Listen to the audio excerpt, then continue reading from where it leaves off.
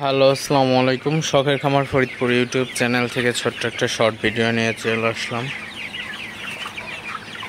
তো আজকে আপনাদের সাথে একটা বিষয় নিয়ে আলোচনা করব, সেটা হচ্ছে মুরগির পেটে পানি জমলে কি করবেন এবং সমাধানটা কি। তো আপনাদের সাথে একটু আলোচনা করি। তো আমার হাতে একটা মুরগি দেখতে পাচ্ছেন আপনারা।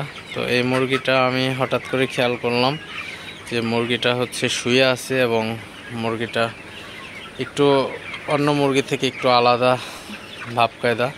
তো মুরগিটা আমি ধরলাম, তো দেখলাম যে মুরগির পেটে পানি জমছে। তো পানি জমলে কিন্তু আসলে ওই মুরগিকে বাঁচানো যায় না। তো অবশ্যই সে মুরগি কিন্তু আপনার খামার থেকে আলাদা করে রাখবেন, তাহলে কিন্তু অন্য মুরগিরও সংক্রমণ হতে পারে। তো আরেকটা জিনিস আপনারা খেয়াল রাখবেন, তো মুরগির পেটে পানি জমলে কিন্তু মুরগি অনেক ভারী হয়ে যায়, আর মুরগির পেটে নিচ পেটে কিন্তু আপনার পানি জমে একদম আপনারা চাপ দিলেই বুঝতে পারবেন।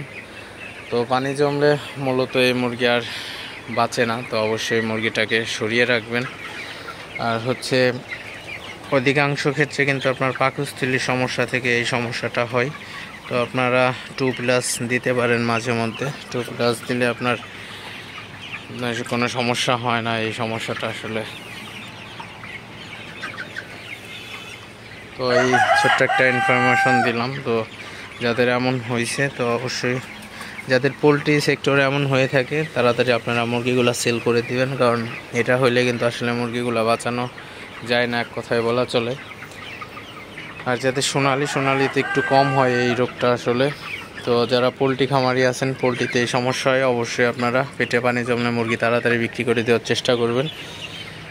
এবং এর কোনো আসলে তেমন কোনো চিকিৎসা নাই। তো যাই হোক, তো ভিডিওটি আর বেশি বড় করব না। সবাই ভালো থাকবেন, সুস্থ থাকবেন। শখের খামার ফরিদপুর ইউটিউব চ্যানেলটি অবশ্যই সাবস্ক্রাইব করবেন, লাইক করবেন, কমেন্ট করবেন এবং শেয়ার করে অন্য ভাইদের দেখার সুযোগ করে দেবেন। দেখা হবে অন্য কোনো ভিডিওতে। আল্লাহ হাফেজ।